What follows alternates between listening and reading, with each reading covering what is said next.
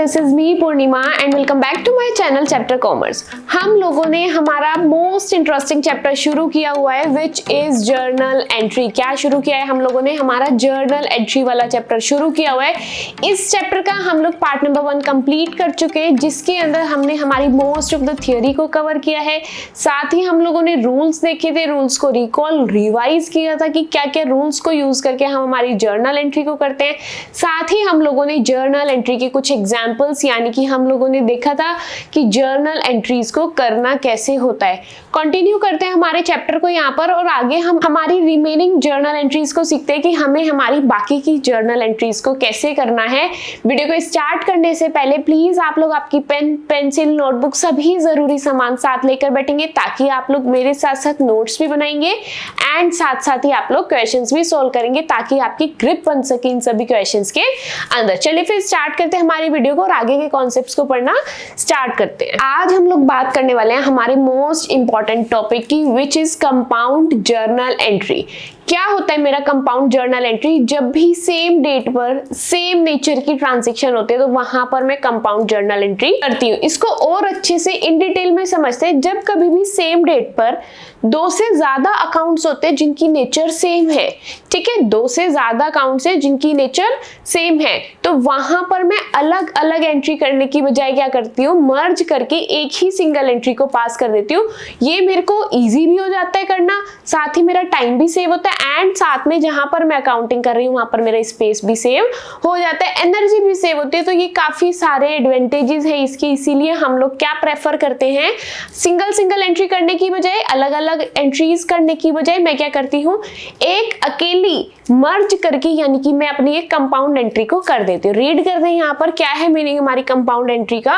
When certain transactions of the same nature, जब कभी भी सेम नेचर की ट्रांजैक्शन हो and on the same date और होनी भी सेम डेट पर चाहिए, तो क्या प्रेफर करते हैं आप, एक सिंगल जर्नल एंट्री को पास करते हैं यानी कि किसको, कंपाउंड जर्नल एंट्री को कर देते हैं। यहां पर हम लोग क्या चीज अवॉइड करते हैं, हमारी पासिंग 2 और मोर एंट्रीज यानी कि एक से ज्यादा एंट्रीज या 2 से ज्यादा एंट्रीज को करने को हम लोग अवॉइड करते हैं। तो क्या की पॉइंट्स है इसके अंदर, एक तो मल्टीपल अकाउंट्स होते हैं। क्या होते हैं? मल्टीपल अकाउंट्स होते हैं but of same nature. Multiple accounts होना तो ठीक बात है, लेकिन वो अकाउंट्स आपके सेम नेचर के होने चाहिए, तभी आप लोग आपकी कंपाउंड जर्नल एंट्री को करेंगे। ये आपकी सिचुएशन नंबर 1 है।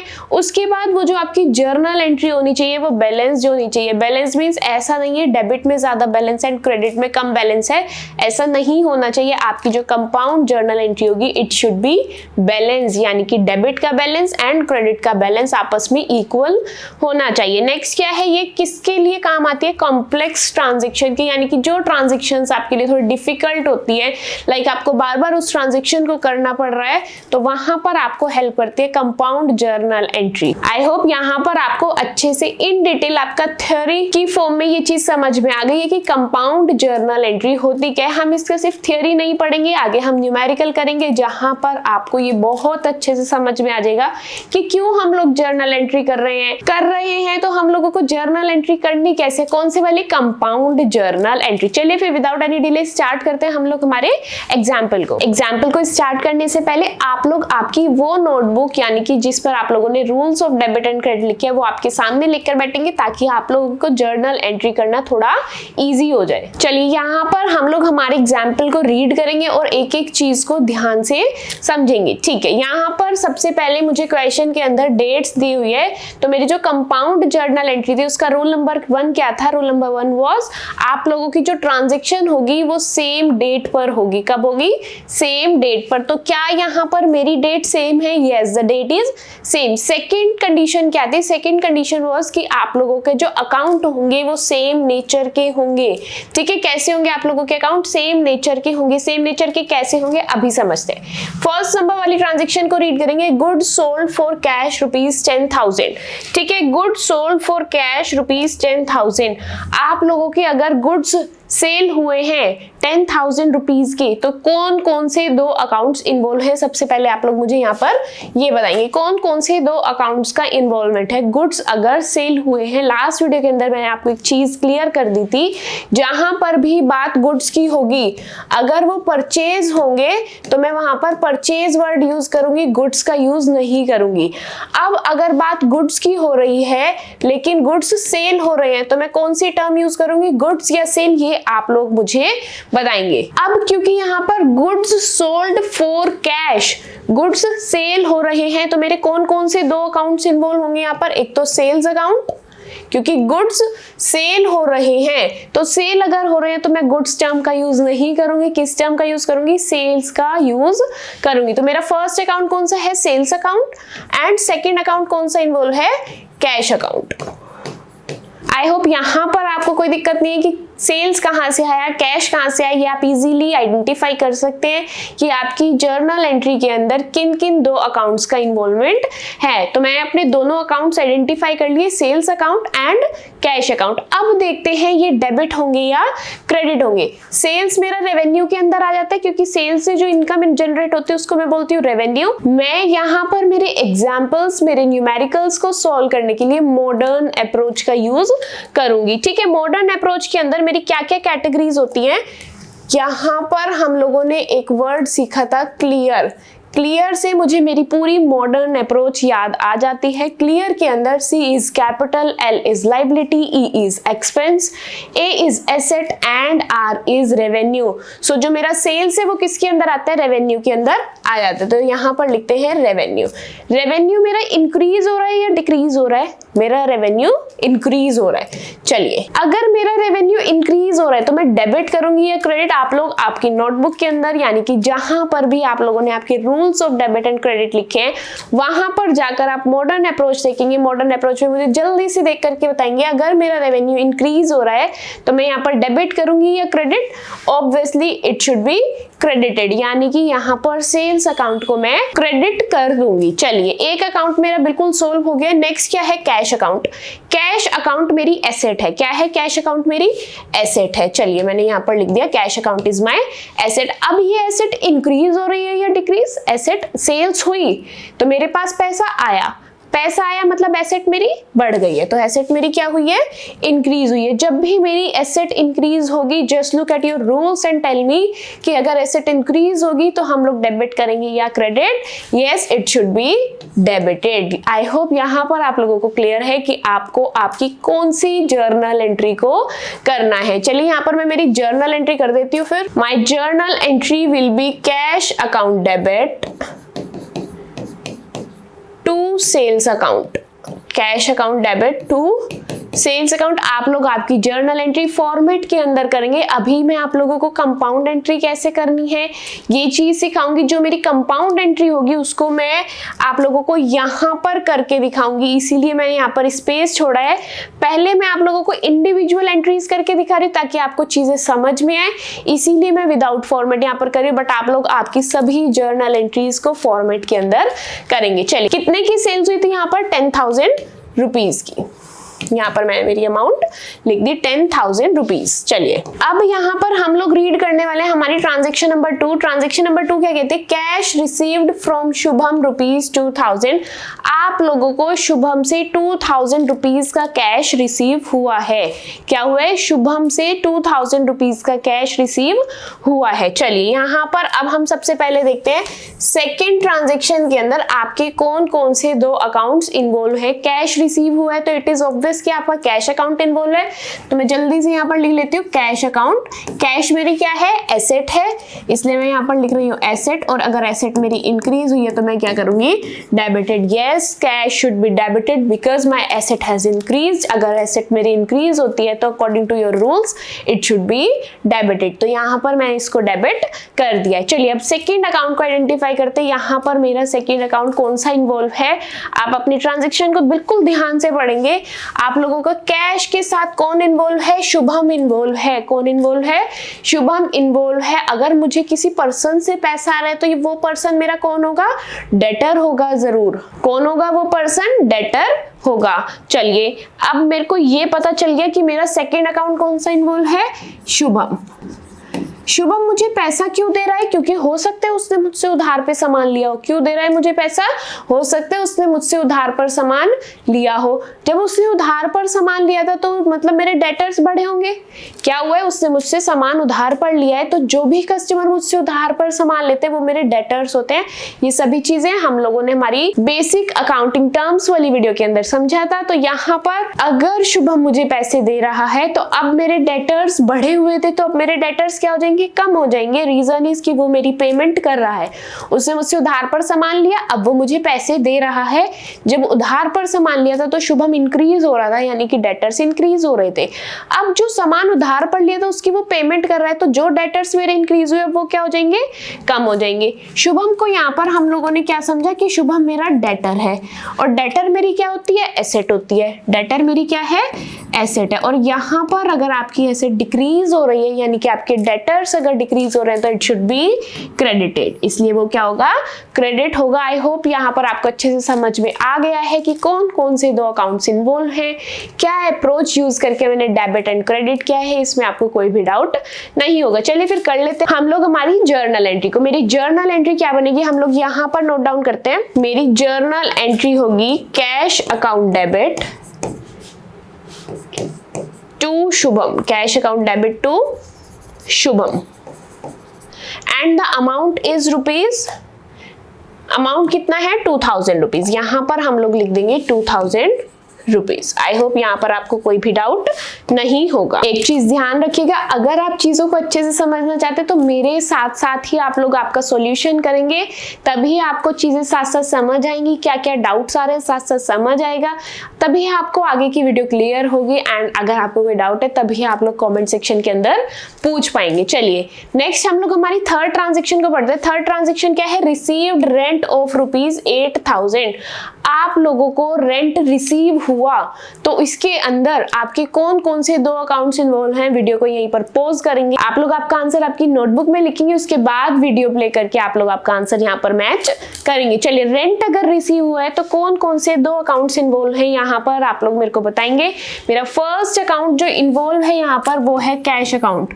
ठीक है, कैश अकाउंट क्यों इन्वॉल्व है? क्योंकि अगर रेंट रिसीव हुआ तो मेरे पास पैसा आया, और अगर मेरे पास पैसा आया तो मेरा कैश इंक्रीज हुआ। कैश मेरी क्या है? एसेट है, तो यहाँ पर मेरी एसेट इंक्रीज हुई है। उसी बात को मैं यहाँ पर लिख लेती हूँ, एसेट मेरी इंक्रीज हुई है। अगर एसेट मेरी इंक्रीज हुई है तो मैं डेबिट करूंगी या credit? Yes, it should be debited. क्यों? क्योंकि मेरी एसेट इंक्रीज हुई है, and according to our rules of debit and credit हम लोग जब भी एसेट इंक्रीज होती है तो उसको डेबिट कर देते हैं। चलिए सेकेंड अकाउंट मेरे को क्या नजर आ रहा है यहाँ पर? Second account is rent received. Rent receive मतलब इनकम हुई है मुझे, तो मेरा सेकेंड अकाउंट कौन सा है यहाँ पर? Income account. कौन सा अकाउंट इन्वॉल्व है? Income account. अब इनकम ऐसे हम करेंगे तो हम कितनी इनकम्स में कंफ्यूज हो जाएंगे, तो हम क्या करेंगे? मेरे को यहाँ पर इनकम का नाम पता है। क्या पता है मेरे को? यहाँ पर इनकम का नाम पता है कि मुझे इनकम कैसे हुई। मुझे रेंट रिसीव हुआ तभी मुझे इनकम हुई, तो मेरी यहाँ पर इनकम का नाम क्या है? Rent received. तो मैं यहाँ पर इनकम अकाउंट नहीं लिखूंगी, क्या लिखूंगी? Rent received account. ठीक है, रेंट रिसीव्ड, या फिर आप लोग क्या लिख सकते हैं? Rent account. ठीक है, ये दोनों में से आप कुछ भी लिखेंगे आपकी एंट्री करेक्ट होगी। तो यहाँ पर मेरे दो अकाउंट हैं, कौन कौन से? एक मेरा कैश अकाउंट एंड दूसरा मेरा इनकम अकाउंट। सिंस मुझे मेरी इनकम का नाम पता है विच इज रेंट, तो मैं वहां पर इनकम वर्ड का यूज नहीं करूंगी, मैं वहां पर किसका यूज करूंगी? रेंट टर्म का यूज करूंगी। अब सिंस मेरी ये इनकम है, इनकम अगर मेरी इंक्रीज हो रही है तो it should be credited according to your rules of debit and credit. I hope यहाँ पर आपको क्लियर हो गया है कौन कौन से दो अकाउंट इन्वॉल्व है, किसको डेबिट करना है एंड किसको क्रेडिट करना है। चलिए यहाँ पर फिर मैं मेरी जर्नल एंट्री को कर देती हूँ। मेरी जर्नल एंट्री क्या बनेगी? नोट डाउन करेंगे मेरे साथ साथ। Cash account debit to rent account, cash account debit to rent account. चलिए अमाउंट क्या है आप लोगों की रेंट की? I think it was 8000 rupees. Yes, amount यहाँ पर लिखेंगे 8000 रुपीज। चलिए यहाँ पर हम लोगों ने हमारी अमाउंट को नोट डाउन कर लिया। मैंने मेरे जो पिछला एग्जाम्पल है उसके तीनों ट्रांजेक्शन को सॉल्व कर लिया है। क्या किया मैंने मेरी तीनों ट्रांजेक्शन को रीड करके एक एक चीज को इंडिविजुअली करके अपनी तीनों जर्नल एंट्री यहाँ पर कर ली है। अब कितना हेक्टिक था, मैं बार बार इस एंट्री को कर रही हूँ, फिर इस एंट्री को किया, फिर इस एंट्री को किया, कितना टाइम कंज्यूमिंग था। अब मैं आपको सिखाऊंगी कि कंपाउंड जर्नल एंट्री करते कैसे हैं, कैसे समझ आया कि यहाँ पर मैं मेरी कंपाउंड जर्नल एंट्री को कर सकती थी। बहुत ध्यान से, बहुत फोकस, बहुत कंसंट्रेशन के साथ यहाँ पर देखेंगे। अब एक चीज आप लोगों को यहाँ पर मुझे नोटिस करके बतानी, वीडियो को पॉज करके आप कमेंट जरूर करेंगे कि यहाँ पर आपको क्या चीज कॉमन नजर आ रही है। अगर आप लोग आपकी तीनों जर्नल एंट्री देखेंगे तो क्या चीज आपको देखने में कॉमन लग रही है, जल्दी से बताएंगे। यहाँ पर अगर हम लोग देखेंगे तो जो मेरी टर्म कैश है वो यहाँ पर कॉमन है। क्या कॉमन है? यहाँ पर मेरा कैश अकाउंट कॉमन है। कैश अकाउंट का होना ही कॉमन नहीं है, बल्कि उसकी नेचर सेम होनी चाहिए, तभी वो कॉमन है। क्या है कंपाउंड जर्नल एंट्री के अंदर कि अगर उसकी नेचर सेम है, डेट सेम है, तभी आप कंपाउंड जर्नल एंट्री कर सकते हैं। क्या दो बातें हैं? एक नेचर सेम होनी चाहिए और दूसरी चीज डेट सेम होनी चाहिए। डेट तो मैं पीछे देख चुकी कि डेट तो तीनों एंट्री की सेम है। क्या इनकी नेचर सेम है? नेचर मीन्स क्या? डेबिट है यहाँ पर कैश, यस। यहाँ पर भी कैश डेबिट है, यस। यहाँ पर भी कैश डेबिट है, यस। तो यानी कि इसकी नेचर भी सेम है। ये एलिजिबल है कि यहाँ पर मैं मेरी कंपाउंड जर्नल एंट्री को कर सकूं। चलिए, कैश कैश कैश, मैं 3 बार कैश को डेबिट करने की बजाय क्या एक बार कैश डेबिट कर दूं? इसको करके ट्राई करते हैं। कैश 3 बार डेबिट है, यहाँ पर मैं आपको एक ही बार कैश को डेबिट करके दिखा रही हूँ। यहाँ पर हम लोग लिखेंगे कैश अकाउंट। चलिए, डेट नोट डाउन कर लेते हैं। यहाँ पर 2022 जुलाई 1। चलिए, अब यहाँ पर हम लोगों ने कैश को एक ही बार डेबिट कर दिया। अब मैं अमाउंट कैसे लिखूंगी? यहाँ पर ध्यान से देखेंगे अपनी जर्नल एंट्री से। यहाँ पर कैश कितने से डेबिट है? 10,000 से। कितने से डेबिट है? 10,000 रुपीज से। चलिए, प्लस 10,000 से यहाँ डेबिट है, प्लस यहाँ कितने से डेबिट है? 2,000 से। तो 10,000 प्लस 2,000 इज 12,000। यहाँ पर कितने से डेबिट है? 8,000 से। तो यानी कि टोटल अमाउंट कितनी हो गई? 20,000 रुपीज। कितनी हो गई? यहाँ पर हम लोग अपनी अमाउंट लिख देंगे 20,000 रुपीज। आई होप यहाँ पर आपको कोई भी डाउट नहीं होगा। मैंने क्या किया? 10,000 प्लस 2,000 प्लस 8,000, तीनों अमाउंट को जैसे ही प्लस किया तो मेरी अमाउंट आती है 20,000। उसको मैंने यहाँ पर नोट डाउन कर दिया। आई होप यहाँ पर आपको कोई भी डाउट नहीं होगा। चलिए, मैंने मेरी डेबिट वाली साइड क्लियर कर दी। मेरे को कैश बार बार नहीं लिखना पड़ा, मैंने कैश एक ही बार लिखा और मेरी एंट्री बिल्कुल ठीक है। चलिए, अब क्रेडिट वाला एरिया सोल्व कर लेते हैं अपना। अब मैं क्या देखा, क्रेडिट में यहाँ पर भी अलग चीज है, यहाँ पर भी अलग चीज है, यहाँ पर भी अलग चीज है। इसको मैं कंपाउंड यानी कि मर्ज नहीं कर सकती, तो कोई बात नहीं, कोई टेंशन लेने की बात नहीं। आपको क्रेडिट में अलग अलग से करके ये चीजें लिखनी है एंड आपकी एंट्री सोल्व हो गई है। कौन कौन सी लिखनी है? To sales, to Shubham, to rent. क्या लिखना है? To sales, to Shubham, to rent. यहाँ पर मैंने अलग अलग लिख लिया क्योंकि मैं यहाँ पर मर्ज करके नहीं लिख सकती थी, बिकॉज इनकी नेचर सेम नहीं है। नेचर मीन्स बिकॉज यहाँ पर मेरा सेम अकाउंट नहीं है, अकाउंट मेरे अलग अलग है। सेल्स, शुभम, रेंट, तीनों अलग अलग अकाउंट है, इसलिए मुझे यहाँ पर तीनों को अलग अलग ही लिखना पड़ा। यहाँ मैंने अलग क्यों नहीं लिखा है? क्योंकि कैश मेरा कॉमन था। फर्स्ट एंट्री में भी कैश ही था, सेकेंड में भी कैश ही था, थर्ड में भी कैश ही था, प्लस तीनों में ही वो डेबिट था, इसलिए मैंने यहाँ पर एक बार लिखा एंड इन तीनों को अलग अलग लिखा। अब इसकी अमाउंट हम लोग क्रेडिट में अलग अलग फिल कर देंगे। चलिए, फर्स्ट की क्या अमाउंट थी? 10,000, देन 2,000, देन 8,000। ये हो गई आप लोगों की compound journal entry finish. I hope ये आपको बहुत अच्छे से समझ आया होगा। बहुत इजी है, बहुत सिंपल है। बस आपको चीजों को आइडेंटिफाई करना है कि क्या चीज कॉमन है, क्या नेचर सेम है, क्या डेट सेम है। ये सभी चीजें देख करके आप लोग आपकी journal entry which is compound, उस जर्नल एंट्री को कर सकते हैं। कौन सी journal entry? Compound journal entry को इजीली कर सकते हैं। चलिए, इसका एक और एग्जाम्पल करते हैं। यहाँ पर नेक्स्ट एग्जाम्पल देखते हैं। यहाँ पर नेक्स्ट एग्जाम्पल मेरा क्या है? क्या मेरी डेट सेम है? यस, मेरी डेट तो सेम है। चलिए, मैं यहाँ पर मेरी डेट को लिखकर रख लेती हूँ 15 जुलाई। चलिए, अब अपनी एक एक ट्रांजेक्शन को यहाँ पर रीड करेंगे और सेम जैसे हमने प्रीवियस एग्जांपल किया सेम उसी तरह से हम लोग हमारे एग्जांपल को करेंगे। मेरी फर्स्ट ट्रांजैक्शन क्या है, परचेज गुड्स वर्थ ₹20,000। आप लोगों ने गुड्स को परचेज किया। अब सबसे पहले आप यहाँ पर मुझे एक बात बताएंगे, आपने गुड्स को परचेज किया तो वर्ड क्या यूज करेंगे, गुड्स या purchase? Yes you are right, हम यहाँ पर यूज करेंगे हमारा परचेज वर्ड। चलिए फिर देख लेते हैं इस एंट्री के अंदर हमारे कौन कौन से 2 अकाउंट्स इन्वॉल्व हैं। Purchase goods worth ₹20,000। अगर आप लोगों ने गुड्स परचेज किए हैं 20,000 रुपए के, तो आपके कौन कौन से 2 अकाउंट इन्वॉल्व है, एक तो परचेज अकाउंट एंड सेकंड कौन सा अकाउंट इन्वॉल्व है, कैश अकाउंट। ठीक है, अगर आपने कुछ परचेज किया है तो आपके पास से कैश गया होगा। तो कौन कौन से 2 अकाउंट्स इन्वॉल्व है, purchase account and cash account. ये दोनों ही अकाउंट आपके यहाँ पर इन्वॉल्व है। परचेज अकाउंट आप लोगों के लिए क्या है, एक्सपेंस है, और यहाँ पर आपका एक्सपेंस इंक्रीज हो रहा है क्योंकि आप परचेज कर रहे हैं, तो यानी कि आपकी परचेजेस बढ़ रही हैं। और इसके बाद जो आपका कैश अकाउंट है, अगर आपने कुछ खरीदा तो आपके पास से कैश जा रहा है। कैश आप लोगों की एसेट है और कैश अगर जा रहा है तो यानी कि एसेट आपकी डिक्रीज हो रही है। अब अगर यहाँ पर आपके एक्सपेंस इंक्रीज हो तो डेबिट करेंगे या credit, yes it should be debited. And अगर यहाँ पर आपकी एसेट डिक्रीज हो रही है तो it should be credited. I hope यहाँ पर आपको कोई भी डाउट नहीं होगा, आपको अब अच्छे से समझ में आ गया होगा कैसे रूल से देखकर आप लोगों को डेबिट एंड क्रेडिट को आइडेंटिफाई करना है। चलिए फिर यहाँ पर जल्दी से हम लोग हमारी जर्नल एंट्री को कर देते हैं। मेरी जर्नल एंट्री क्या है, परचेजेस अकाउंट डेबिट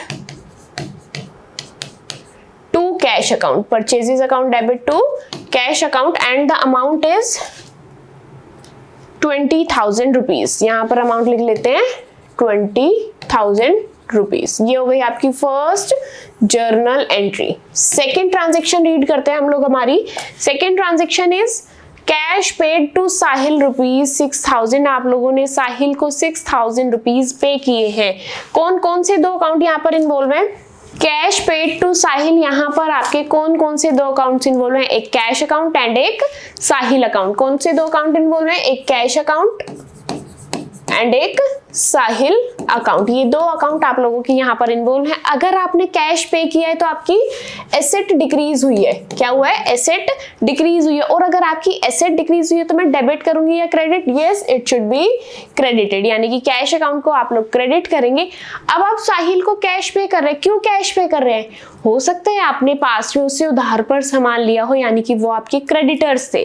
ठीक है, आपके क्रेडिटर्स थे तभी आप उनकी पेमेंट कर रहे हो ना, आप फ्री फंड में तो पैसे नहीं दोगे। अब जब वो आपके क्रेडिटर्स थे वो लायबिलिटी बढ़ी हुई थी, ठीक है, क्रेडिटर्स आपके बढ़े हुए थे। अब आप अगर उनकी पेमेंट करें तो क्रेडिटर्स क्या हो जाएंगे, कम हो जाएंगे, यानी कि लायबिलिटी आपकी कम हो जाएगी। यहाँ पर साहिल आपका क्रेडिटर है, क्रेडिटर आपकी लायबिलिटी के अंदर आते हैं। एंड अब आप अगर साहिल को पेमेंट कर रहे हैं आपकी लायबिलिटी डिक्रीज हो जाएगी। एंड अगर लायबिलिटी डिक्रीज होती है तो आप लोग आपके रूल्स के अंदर चेक करेंगे, जब भी आपकी लायबिलिटी डिक्रीज होती है तो हम लोग वहां पर करते हैं डेबिट। आई होप यहाँ पर आपको अच्छे से समझ में आ गया है क्या चीज डेबिट करनी है एंड क्या चीज क्रेडिट करनी है। यहाँ पर मैं मेरी जर्नल एंट्री करती हूँ। जर्नल एंट्री में क्या होगा, Sahil's account debit, Sahil's account debit to cash account. क्या लिखेंगे, Sahil's account debit to cash account and the amount is 6,000। Amount यहाँ पर नोट डाउन कर लेंगे 6,000। ये हो गई आपकी सेकेंड जर्नल एंट्री कंप्लीट। अब देखते हैं हम लोग हमारी थर्ड ट्रांजेक्शन को। Third transaction is commission paid of ₹4,000। आप लोगों ने 4,000 रुपए की कमीशन पे की है। तो कौन कौन से 2 अकाउंट्स आप लोगों के यहाँ पर इन्वॉल्व हैं, आप लोगों ने कमीशन अगर पे की है तो कौन कौन से 2 अकाउंट्स इन्वॉल्व हैं, एक आपका कैश गया है, ठीक है, कैश रिड्यूस हुआ है, यानी कि आपकी एसेट कम हो गई है।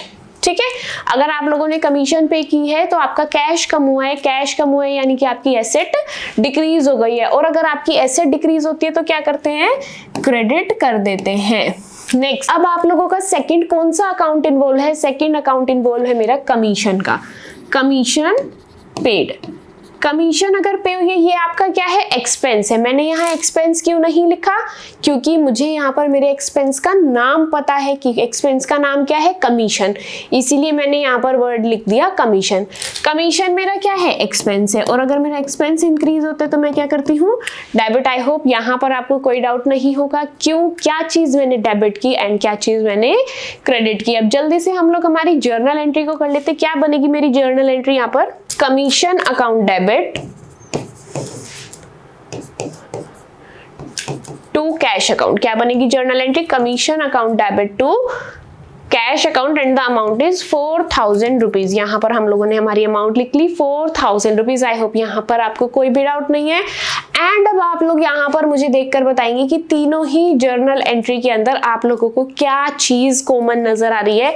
जल्दी से ये चीज देखकर आप मेरे को बताएंगे, जल्दी से ये चीज देखेंगे और मेरे को कमेंट सेक्शन के अंदर बताएंगे कि इनमें से आपको क्या चीज कॉमन नजर आ रही है।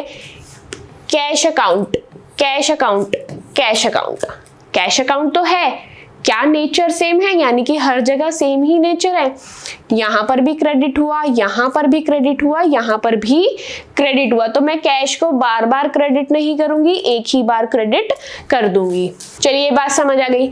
क्या डेबिट में एक ही बार लिख सकती हूँ, नहीं, डेबिट में हर बार अलग नाम है। यहाँ पर परचेज है, यहाँ पर साहिल है, यहाँ पर कमीशन है, तो मैं इन तीनों को अलग अलग ही डेबिट करूंगी। चलिए करते हैं हमारी एंट्री को। क्या क्या डेबिट होना था, purchases account debit, Sahil's account debit, commission account debit. क्या क्या किया, purchases account debit, Sahil account debit and commission account debit. यहाँ पर हम सबको डेबिट कर देंगे। और क्रेडिट क्या करूंगी, मैं कैश को क्रेडिट करूंगी, बार बार नहीं, एक ही बार, क्योंकि हर यानी कि तीनों ट्रांजेक्शन में मेरा कैश कॉमन है जिसकी नेचर क्रेडिट है, डेट भी सेम है, इसलिए मैं कैश को एक ही बार लिख दूंगी। अब जल्दी से हम लोग हमारी अमाउंट को यहाँ पर फिल कर लेते हैं। डेबिट के अंदर डेबिट की अमाउंट्स लिखेंगे, क्रेडिट के अंदर क्रेडिट की अमाउंट्स लिखेंगे। फिल करते हैं यहाँ पर अमाउंट को 20,000, 6,000 एंड 4,000 एंड क्रेडिट के अंदर हम लोग इसकी टोटल लिखेंगे विच इज 30,000 रुपीज। हम लोगों ने जब इसकी थियरी पढ़ रहे थे तो एक चीज देखी थी, आपका ये जो डेबिट साइड है ये बैलेंस होनी चाहिए विद द क्रेडिट साइड, यानी कि डेबिट का बैलेंस एंड क्रेडिट का बैलेंस इक्वल होना चाहिए। यहाँ पर आप लोगों की कंपाउंड जर्नल एंट्री फिनिश हो गई। इसका एक और एग्जाम्पल देख लेते हैं ताकि आपको और अच्छे से क्लियर हो सके कि कंपाउंड जर्नल एंट्री कैसे करनी है। एग्जाम्पल रीड करते हैं। एग्जाम्पल क्या है, पेड वेजेस रुपीज 2000, आप लोगों ने 2000 रुपीज के वेजेस पे किए हैं। तो आपके कौन कौन से दो अकाउंट इन्वॉल्व हैं, एक वेजेस अकाउंट एंड एक कैश अकाउंट। कौन कौन से दो अकाउंट इन्वॉल्व हैं, वेजेस एंड कैश। वेजेस आपके एक्सपेंस है, एक्सपेंस अगर इंक्रीज होंगे तो क्या करेंगे, डेबिट करेंगे। एंड कैश आपका कम हो रहा है, आप वेजेस पे कर रहे हैं तो कैश क्या होगा, कम होगा। यहाँ पर कैश मेरा कम हो रहा है तो मैं क्या करूंगी, क्रेडिट कर दूंगी। आई होप इसमें आपको कोई डाउट नहीं होगा कि क्यों मैंने वेजेस को डेबिट किया एंड कैश को क्यों क्रेडिट किया। चलिए ये चीज समझ आ गई। अपनी सेकंड ट्रांजैक्शन को देखते हैं। पेड एडवर्टीजमेंट एक्सपेंसेस रुपीज 1000, यहाँ पर आप एडवर्टीजमेंट एक्सपेंस को पे कर रहे हैं। कौन कौन से दो अकाउंट्स आप लोगों के इन्वॉल्व हैं, एक एडवर्टीजमेंट अकाउंट इन्वॉल्व है। एडवर्टीजमेंट यहाँ पर आपका इंक्रीज हो रहा है एडवर्टीजमेंट का खर्चा, तो अगर आपका एक्सपेंस इंक्रीज होता है तो हम लोग क्या करते हैं, डेबिट करते हैं। एंड साथ ही साथ आपका कैश डिक्रीज हो रहा है, यानी कि एसेट डिक्रीज हो रही है, तो मैं कैश को क्या करूंगी, क्रेडिट कर दूंगी। आई होप इसके अंदर भी आपको कोई डाउट नहीं होगा। रीड करते हैं थर्ड ट्रांजैक्शन को। पेड सैलरीज रुपीज 7000, यहाँ पर आपके कौन कौन से दो अकाउंट इन्वॉल्व हैं। अगर आप सैलरी की पेमेंट कर रहे हैं, एक अकाउंट है सैलरीज अकाउंट एंड दूसरा कैश अकाउंट। सैलरी आपकी इंक्रीज हो रही है, यानी कि आपका खर्चा बढ़ रहा है, वेयर एज आपका कैश कम हो रहा है। सैलरी अगर बढ़ेगी तो मैं डेबिट करूंगी या credit, yes it should be debited. And cash आपका कम हो रहा है तो it should be credited. I hope ये तीनों जर्नल एंट्री को जो मैंने शॉर्ट में करके दिखाई है आपको अच्छे से क्लियर है। अब आप तीनों ही केसेस के अंदर मुझको कॉमन चीज देखकर बताएंगे। इसके अंदर कॉमन चीज क्या है, यहाँ पर भी कैश क्रेडिट हो रहा है, यहाँ पर भी कैश क्रेडिट हो रहा है एंड यहाँ पर भी कैश क्रेडिट हो रहा है। This is the common thing जो हम लोग इस क्वेश्चन के अंदर देख सकते हैं कि तीनों ही ट्रांजैक्शन के अंदर मेरा कैश क्रेडिट हो रहा है। चलिए हमारी जर्नल एंट्री करते हैं। यहाँ पर अगर मेरा कैश तीनों ही केसेस के अंदर क्रेडिट हो हो रहा है तो मैं क्या करूंगी, मेरी कंपाउंड जर्नल एंट्री को कर पाऊंगी। दूसरी चीज देखते क्या डेट सेम है, यस डेट भी सेम है, इसका मतलब मैं यहाँ पर मेरी कंपाउंड जर्नल एंट्री को कर सकती हूँ। चलिए फिर स्टार्ट करते हैं हमारी कंपाउंड जर्नल एंट्री को करना। सबसे पहले डेट को लिख लेते हैं, डेट इज 2022, डेट इज 1 जून। चलिए क्रेडिट तो कैश को करना है, डेबिट किस किस को करना है, मैं यहाँ पर डेबिट कर लेती हूँ, wages account debit, advertisement account debit and salaries account debit. Credit किसको करना है, कैश को करना है, कैश में एक ही बार लिखूंगी because cash is my common element. तो यहाँ पर मेरी कंपाउंड जर्नल एंट्री तो कंप्लीट हो गई है, मुझे यहाँ पर बस अपने अमाउंट्स को फिल करना है। अमाउंट्स लिखते हैं यहाँ पर, amount is 2000, 1000 and 7000 and credit के अंदर अमाउंट आ जाएगी 10,000। क्या आपको इस पूरी जर्नल एंट्री के अंदर, पूरी कंपाउंड जर्नल एंट्री के अंदर कोई भी डाउट है? अगर आपको कोई डाउट है तो प्लीज कमेंट सेक्शन के अंदर जरूर बता दें ताकि मैं आप लोगों के डाउट्स सोल्व कर पाऊं। यहाँ पर आप लोगों का एग्जाम्पल नंबर 3 भी सोल्व हो चुका है। This is your example number 4 and ये क्वेश्चन आप लोगों का होमवर्क क्वेश्चन है। क्वेश्चन का स्क्रीनशॉट आप लोग ले लेंगे, यहाँ पर क्वेश्चन का स्क्रीनशॉट आप लोग ले लेंगे एंड इस क्वेश्चन को सोल्व करके आपका आंसर आप लोग मुझे कमेंट सेक्शन के अंदर बताएंगे। क्वेश्चन को सोल्व करते टाइम आप लोगों को कोई भी डाउट फेस हो रहा है तो आप लोग मुझसे उससे रिलेटेड डाउट्स भी कमेंट सेक्शन के अंदर पूछ सकते हैं। चलिए फिर आगे बढ़ते हैं और देखते हैं हम लोग हमारी बाकी की जर्नल एंट्रीज। यहाँ पर नेक्स्ट हम लोग देखने वाले हैं, हम लोग नेक्स्ट कॉन्सेप्ट जो देखने वाले हमारी जर्नल एंट्री के अंदर वो है ओपनिंग जर्नल एंट्री। ये ओपनिंग जर्नल एंट्री का कॉन्सेप्ट क्या है, ध्यान से सुनिएगा। आप लोग आपकी जो बिजनेस ऑर्गेनाइजेशन है उसकी जो फाइनेंशियल रिकॉर्ड्स बनाते हैं वो एक फाइनेंशियल ईयर के बनाते हैं। Financial year means 1 April to 31 March of the next year, ठीक है। इस साल की 1 अप्रैल से लेके अगले साल के 31 मार्च तक आप लोग आपके रिकॉर्ड्स बनाते हैं। क्या आपका बिजनेस एक ही साल चलता है? ऐसा नहीं होता। या अगर आपका बिजनेस चल रहा है कंटिन्यूअसली तो क्या जो चीजें इस साल है वो यहीं पर खत्म हो जाएंगी? अगले साल से क्या आप लोग नई एसेट्स खरीदने वाले हैं, वो एसेट्स ऐसे ही आप लोग डिस्कार्ड कर देंगे? तो ऐसा नहीं होता। हम लोग क्या करते हैं, जो भी हमारी बिजनेस ऑर्गेनाइजेशन होती है, सपोज उसका फाइनेंशियल ईयर एंड हो गया 31 मार्च को, अब जो वो मेरी डेट है ना 31 मार्च, वहां पर भी मेरे पास काफी सारी चीजें होंगी। लाइक मेरे पास कुछ कैश पड़ा होगा, कुछ इक्विपमेंट्स होंगे, मशीनरी होगी, बिल्डिंग होगी, तो कुछ इस तरह की चीजें होती है। कोई क्रेडिटर्स होंगे, कोई लोन होगा।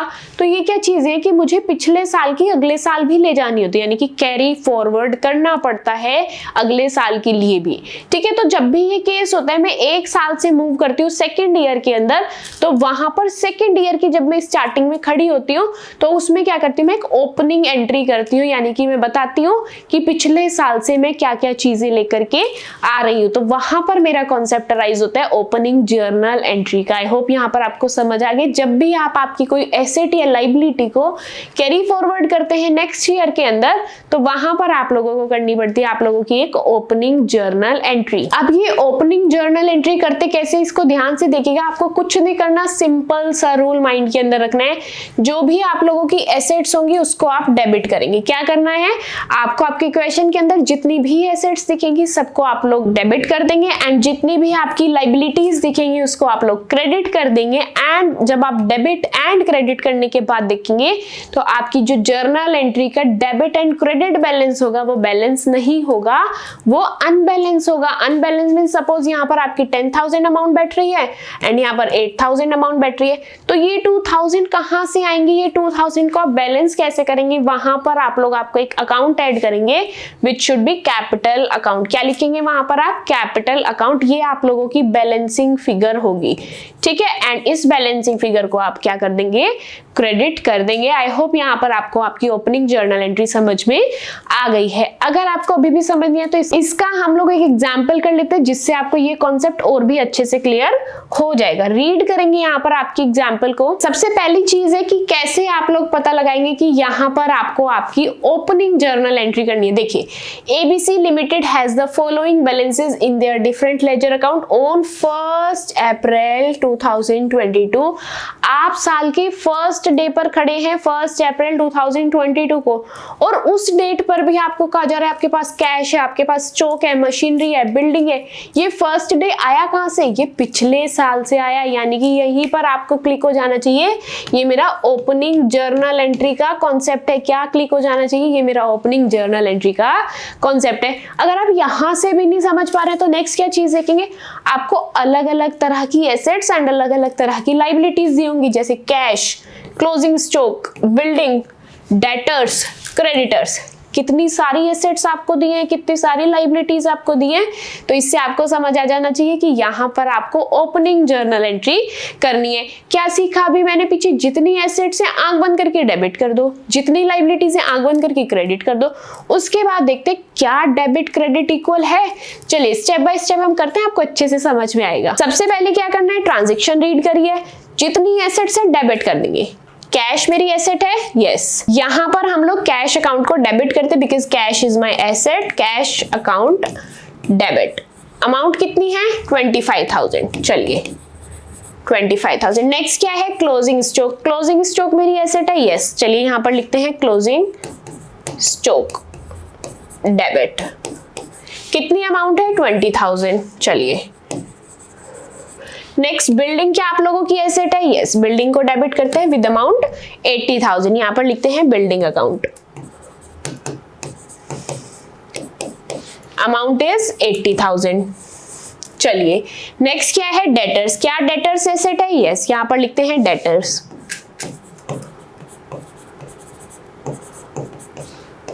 Amount is 50,000। Next creditors. क्या क्रेडिटर्स आप लोगों की एसेट है? नहीं, क्रेडिटर इज माय लाइबिलिटी, तो मैं क्रेडिटर को डेबिट नहीं क्रेडिट करूंगी। अमाउंट क्या है? 40,000। यहां पर लिख लेते हैं टू क्रेडिटर्स 40,000। क्या यहाँ पर मेरी सभी चीजें कंप्लीट हो चुकी है? यस। जो जो चीजें मुझे यहाँ पर गिवन थी, चाहे वो एसेट है चाहे वो लाइबिलिटी है, सभी चीजें रीड करने के बाद मैंने यहाँ पर नोट डाउन कर लिए हैं। अब नेक्स्ट स्टेप आप लोगों का क्या रहने वाला है? डेबिट किसको करना है, क्रेडिट किसको करना है, आपने देख लिया। अब आपको चेक करना है कि ये बैलेंस है या बैलेंस नहीं है। बैलेंस है या नहीं है कैसे पता लगाएंगे? क्या करना है आपको? यहाँ पर इन सभी चीजों को एड ऑन करना है। ऐड करके आप लोगों की यहाँ पर अमाउंट आ रही है 1,75,000।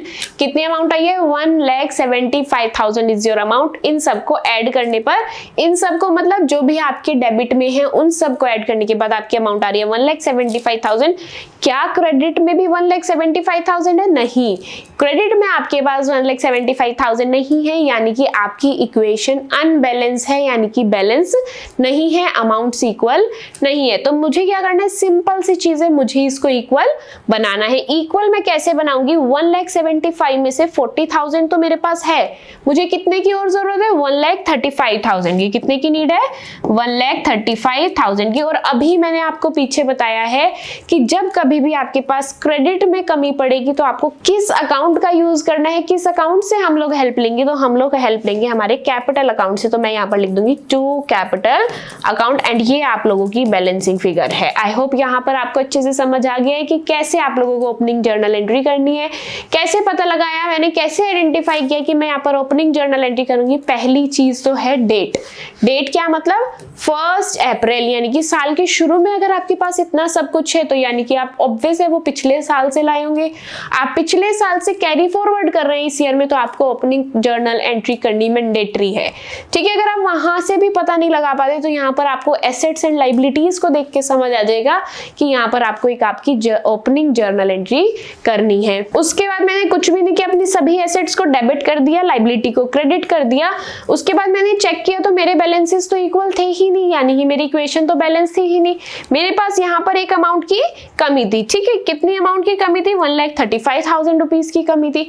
अब 1,35,000 तो मैंने लिख दिया, लेकिन मैं यहाँ किस अकाउंट से हेल्प लूं ये तो मुझे समझ नहीं आया कि मुझे किस अकाउंट से हेल्प लेनी चाहिए। तो जहां पर क्रेडिट में आपके पास कोई ना बचे तो आपके पास एक पर्सन जरूर होता है, एक अकाउंट जरूर होता है जो आपकी हेल्प करता है, which is your capital account. यहाँ पर आपकी कौन हेल्प करता है? Capital account. इन केस आगे आने वाले चैप्टर्स में या कभी आपको डेबिट में प्रॉब्लम हो तो डेबिट में हेल्प आपको करता है गुडविल अकाउंट। कौन हेल्प करता है? गुडविल अकाउंट आपको डेबिट में हेल्प करता है। क्रेडिट में फिलहाल फिलहाल कौन हेल्प करता है? Capital account. इसीलिए मैंने 1,35,000 लिख के कुछ नहीं सोचा, सिर्फ कैपिटल अकाउंट से हेल्प ली और यहाँ पर मेरा कैपिटल अकाउंट लिख दिया। आई होप यहाँ पर आपको अच्छे से कॉन्सेप्ट समझ में आ गया है। आज की वीडियो के अंदर हम लोगों ने हमारी जर्नल एंट्री के दोनों ही बहुत इंपॉर्टेंट कॉन्सेप्ट कवर किए हैं।